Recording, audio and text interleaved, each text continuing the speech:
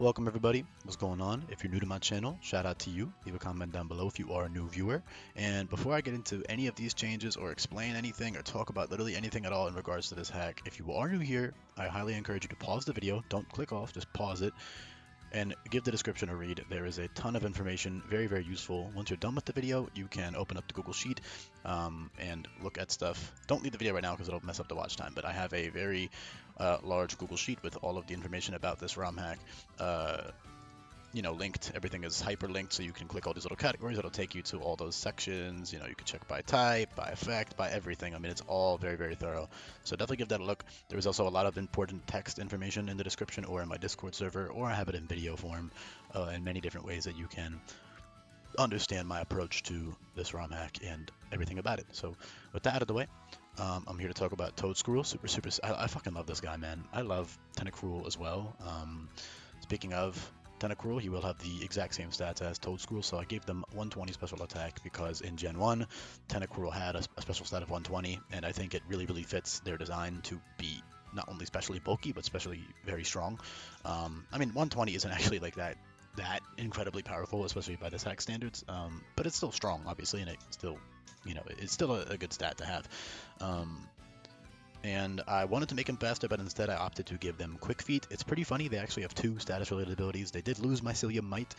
Mycelium Might was made as a nerfing ability, right? Because in competitive, a 100 base speed sport Pokemon is ridiculous. However, this ROM hack is not competitive. It's not. I mean, again, read the description if you're new here and you don't know anything about it. It plays completely differently because, again, you're playing versus AI. So having consistent, 100% accurate, 100 base speed is. I mean, there's much faster Pokemon that get sleep moves. There are priority sleep moves with Prankster and stuff. So yeah, sleep. I mean, it's both nerfed and buffed. It's buffed in the regard that it always lasts for 2 turns outside of Yawn and Serenade and Knockout Punch, aka Drowsiness.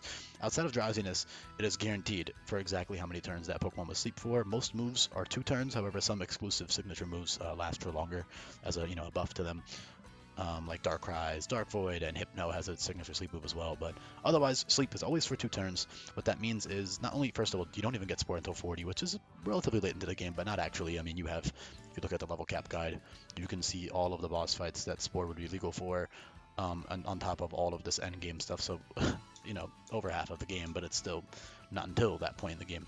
And then you can, of course, run Wide Lens Sleep Powder. But the point is, sleep is not the main thing that Toedscruel can do here at all.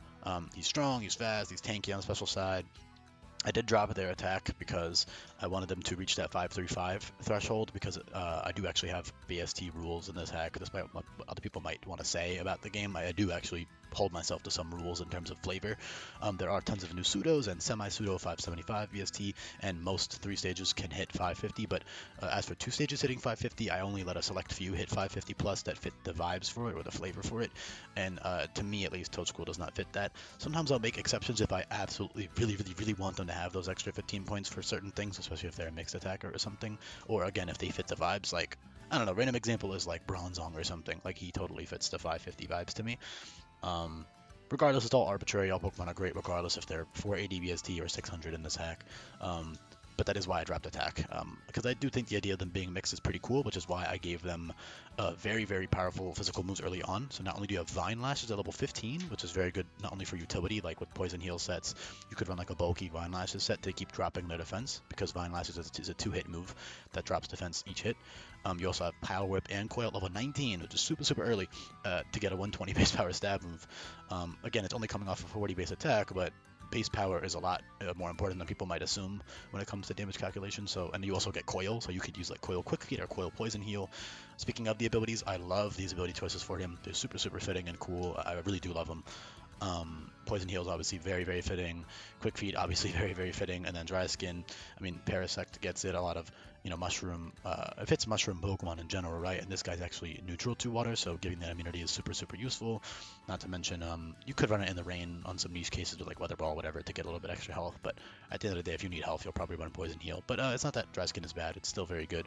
It's one of those abilities that you'll be switching to when you need it, essentially, because you have that infinite ability capsule depending on the situation. Again, read the description to understand the difficulty and the Teamlocked rule set. But your Pokemon are meant to be kept for as long as you can keep them alive and then not switch out your team. So for certain boss fights, you'll run a one like a max HP defense, Poison Heal, Leech Seed, Toedscruel. And the next boss fight, you'll want to run a Quick Feet offensive, attacking Toedscruel. And then the next one, you'll run a one Dry Skin for that immunity. It really just depends on the situation. And all three abilities are very, very good. And I try very hard to pick three abilities that are going to be worth using over one another for every single Pokemon. And this case is no exception. So I really do. I think these are genuinely perfect abilities for him.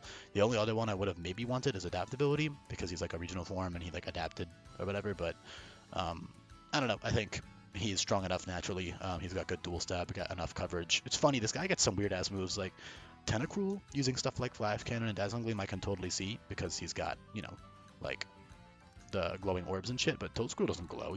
I don't know why the hell he gets Dazzling Gleam or Flash Cannon, but he does. So he still gets those. Obviously, strong ground and grass dual stab. Late game, they did lose Leaf Storm because Leaf Storm is no longer a TM. It's now Leaf Blade instead.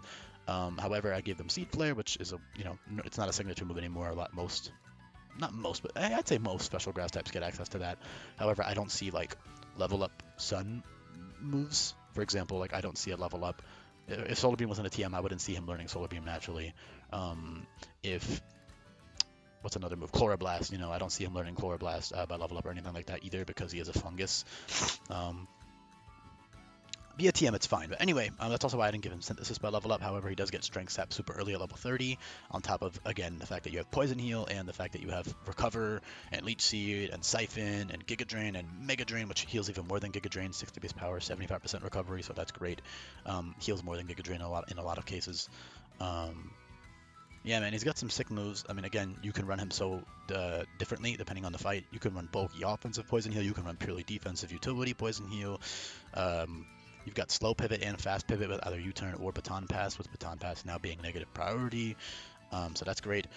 Seed Flare and Mud Bomber are special versions of Surging Strikes and Wicked Blow now. However, you can't use them twice in a row. So that's actually really good though, because you're so fast. Obviously you can't you can't just slap on Scarf Mud Bomber and get 2 kills in a row. That'll fail. You'll struggle. However, if you have Quick Feet, you can switch him in, get that orb to trigger for free. Again, if you pivot smartly, you have enough resistances and immunities, despite the lack of Protect, to be able to trigger your Quick Feet pretty easily on switch in. Same with Poison Heal, same idea. You can switch him in and get that to trigger. And then you can outspeed whatever you need to outspeed. 100 base speed at +1 in an in-game context outspeeds everything in the game. There's no Scarf, Dragapult, Speed Tiers, or fucking Booster Energy, Fluttermane, none of that shit you have to deal with. It's not, competitive versus in-game. Again, 2 different things. So Speed Tiers are much more lax. You can get away with a lot more. So yeah, 100 you don't even need investment to outspeed most things with 100 base speed at +1. In some cases you might need a little bit of investment, but you definitely won't need like max investment. So that's another benefit of Quick Feet, is that you can run max HP, max special attack, or max defense special attack, whatever it is, and still outspeed whatever you want to outspeed. And it's better than Choice Scarf, not only because you can switch your moves, but also because in this hack, item clause is intended. So you might want to run your Choice Scarf, you probably will want to run your Choice Scarf on somebody else. So having that versatility with Quick Feet to be able to still outspeed things without needing to use up your Choice Scarf item slot is very valuable. And yeah, Poison Heal again makes him very, very nice defensively, especially because he's kind of like an honorary poison type in that way. Obviously he's not actually poison, but mushroom type of guy, it fits pretty damn well. Even in vanilla, he learns tons of poison type moves. Hell, you can see the level ups and stuff. This guy's so cool, man. Yeah, Spore, obviously it's a good tool. Don't get it twisted. I'm not trying to undersell it. It's just not as insanely broken as people might assume. If this was competitive and you had, fast sleep Pokemon running around, yeah, it's pretty crazy, especially in a doubles setting where sleep is like absurd, because it's so fast paced that getting put to sleep is like, it's just Jover, But this is not how this works in game, of course, especially in a ROM hack like this. It's still a good tool. You can outspeed something. So the way sleep works now is if you're faster, you get 2 turns. But that first, you always get 2 turns, period. For any sleep move, sleep powder, spore, whatever, you get 2 turns. However, you cannot, okay, if you're faster, say you're fighting a fucking, I don't know, a Cloth, that's just because it's the next mon. Say you're fighting a Cloth and you outspeed it and you click Spore. Essentially, if you're faster, you get 1 free turn, because that first turn counts. So you put them to sleep, that's 1 turn. You have 1 turn extra to either kill it or click a setup move like Nasty Plot or Growth or Ingrain or whatever you want to do. Even like White Herb Ingrain is pretty great. Or like a bulky Poison Heal Ingrain set is super sick. Ingrain now gives you +3 special attack and speed in it. Sorry, +3 special attack and special defense in exchange for -3 speed and locking you on the field and giving that residual healing. So ingame plus poison heal plus leech seed. You can 1v1 a lot of special attackers that way, assuming they don't have a guaranteed crit move and assuming you don't get crit. But even your natural special bulk is obviously great. However, keep in mind that ingame is extremely risky in a nuzlocke setting, which is what this hack is balanced around. You will need to ensure that you switch out with baton pass or U-turn before a Pokemon before you kill another Pokemon that baits in one that will kill you. Because again, ingame you can't hard switch. You have to use U-turn and baton pass to get out of there. And if you're doing a nuzlocke, that's a death sentence, you know. So you got to be careful when you use it, but it is a very good tool nonetheless, especially if you want to run. You could even just do like raw white herb ingame, you know, get the +3, and then be like relatively fast and go off of that as well. So tons of really fun ways you can run that move and all types of other moves on this guy. Tons of great debuffing moves, utility moves. You know, even like early on, like stuff like Worry Seed is nice for like Titan fights or just negating an ability. Rapid Spin is nice if you want to boost your speed otherwise with like a Poison Heal set or something. They also get agility though, so it's pretty much the same thing. Yeah, I was talking about something. I forgot what. Oh, sleep. Yeah. So if you outspeed, it's 1 turn guaranteed. However, if you outspeed, so say you put Cloth to sleep. I'm just speaking Cloth hypothetically. You put him to sleep. He wakes up. You put him to sleep. That's 1 turn. You do something the next turn. The turn after, if you outsped the first time, you still outspeed, assuming probably. So therefore, you have 2 turns. It's just you have to kill them before they wake up. Or if you switched out that turn, they would wake up. However, if you're slower, say you're fighting a fucking Dragapult or whatever, okay, and you're not running quick feet, and so therefore they're faster than you. You take the hit, whatever he wants to throw out. You take the hit. You put him to sleep. That doesn't count as a turn because you moved last. You didn't move first, so there wasn't a turn. So then the turn after, they're asleep, you switch out, then they're still asleep for 1 more turn. So basically the trade-off is slow sleep gives you 2 full turns, while fast sleep gives you 1 full turn, but it's still 2 turns if you think about it, because again, you are faster. That's about it. Really, there's a bunch of other cool, again, early on strength sap. Again, you might think that 80, like his Fizz Def is bad, but with EV investment and Poison Heal, you can definitely 1v1 a good amount of physical attackers, depending on their move set and how strong they really are. At the very least, you can switch in on like strong physical moves at least once, and then you can outspeed with Quick Feet or kill them with whatever you want to do. Yeah, again, Mud Bomber, Seed Flare, 2 powerful moves later on in the game for stab. Of course, Earth Power itself is strong at 100 base power, Energy Ball 95. However, Seed Flare and Mud Bomber, because you're so fast, you can alternate between the two. So you get a 120 and 112.5 base power move. Not to mention Mud Bomber also bypasses the, Focus Ashes and stuff like that. So that's super useful. Even stuff like Hyper Beam, Giga Impact is really strong on this guy later on. Not Giga Impact, but Hyper Beam, because that is normal type Draco Meteor now, 150 base power.